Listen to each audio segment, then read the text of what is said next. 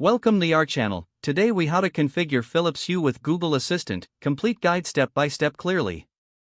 To start configuring Philips Hue with Google Assistant, ensure that your Philips Hue lights are set up and connected to your Wi-Fi network.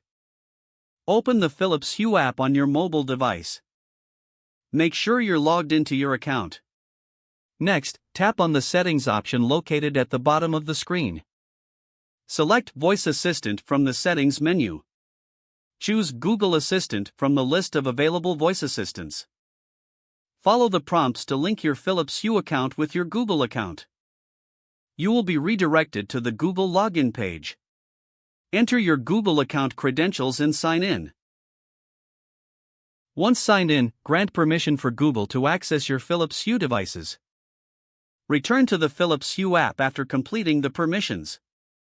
Open the Google Home app on your mobile device. In the Google Home app, tap on the plus icon to add a new device.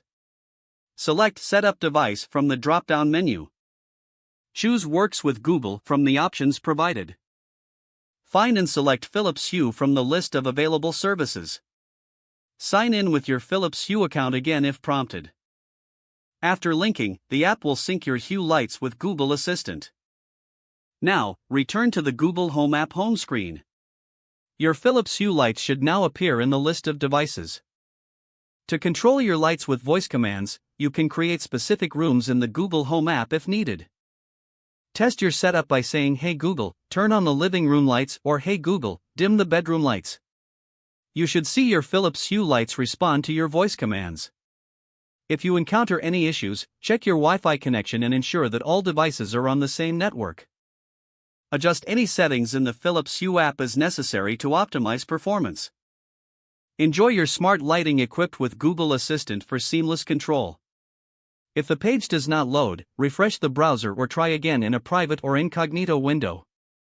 Make sure you are using the correct email address, then retype it carefully to avoid small typos. If your password is not accepted, use the reset option and create a new strong password you can remember.